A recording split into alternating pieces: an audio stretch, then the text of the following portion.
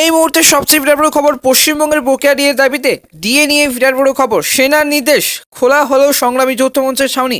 এবং সংগ্রামী যৌথ মঞ্চের ভাস্কর ঘোষ জানিয়েছেন তারা আদালতের অনুমতিতেই শহীদ মিনারের নিচে ধর্ণা মঞ্চ করেছেন। ছাউনির জন্য যে অনুমতি চেয়ে সেনাবাহিনীকে চিঠিও কিন্তু লিখেছেন। এই মুহূর্তে সবচেয়ে বিরাট বড় খবর, সংগ্রামী যৌথ মঞ্চের এবং 379 দিন ধরে কিন্তু আন্দোলন করছেন তারা। এখনো পর্যন্ত কিন্তু বকেয়া ডিএ ঘোষণা করা হয়নি।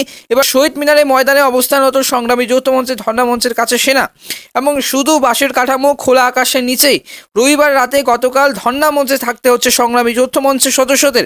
এবার ধর্ণাকারীদের সঙ্গে খোলা আকাশের নিচে থাকছেন গত 16 দিন ধরে টানা অনশন করতে থাকা 3 জন অনশনকারীও। কিন্তু বকেয়া ডিএর দাবিতে শহীদ মিনারের মাঠে 373 দিন ধরে ধর্ণা মঞ্চ এবং অবস্থান চালাচ্ছে সংগ্রামী যৌথ মঞ্চ। ওই মঞ্চের সদস্যদের দাবি যে শনিবার রাতে এবং সেনাবাহিনীর তরফে তাদের জানানো হয় শহীদ মিনারের কিন্তু নিচে ধর্ণা অবস্থান চালানোর অনুমতিও কিন্তু থাকলেও কোনো ছাউনি দেওয়ার অনুমতি নেই।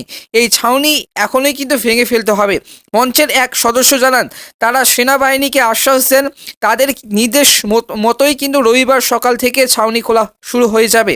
এবার সেই মতো রবিবার সকাল থেকে সেই ছাউনি খোলার কাজ শুরু হয় এবং মঞ্চের অন্যতম আহ্বায়ক ভাস্কর ঘোষের দাবি যে রাজ্য সরকারের চাপে পড়ে সেনাবাহিনী এবং মঞ্চ খুলে কিন্তু ফেলার নির্দেশ নিয়ে এসেছে। আমরা গত 373 দিন ধরে ছাউনির মধ্যে ধর্ণা অবস্থান চালাচ্ছি, এটা এতদিন তাদের কিন্তু নজর পড়লো না। এবার কার নির্দেশে তারা এসেছেন তা তাদের কিন্তু বারবার জিজ্ঞেস করতে ওরা কার্যত স্বীকার করে নিয়েছেন যে মুখ্যমন্ত্রীর নির্দেশেই কিন্তু তারা ছাউনি খুলতে বলেছেন।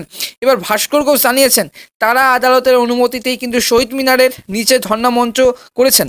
এবার ছাউনির জন্য অনুমতি চেয়ে সেনাবাহিনীকে কিন্তু চিঠিও লিখেছেন। তারা ফের সেনাবাহিনীকে অনুমতি চেয়ে চিঠি দেবেন। এবার তার কোনো কিন্তু সদুত্তর না পেলে তারা এবং আদালতে দ্বারস্থ হবেন। ভাস্করের দাবি যে মুখ্যমন্ত্রীর নির্দেশে এটা হচ্ছে একরকম চরম অমানবিকতার নিদর্শন। এবার যারা অনশন করছেন তাদের কথা কেউ ভাবলো না। খোলা আকাশের নিচে এদের রাত কাটাতে হবে।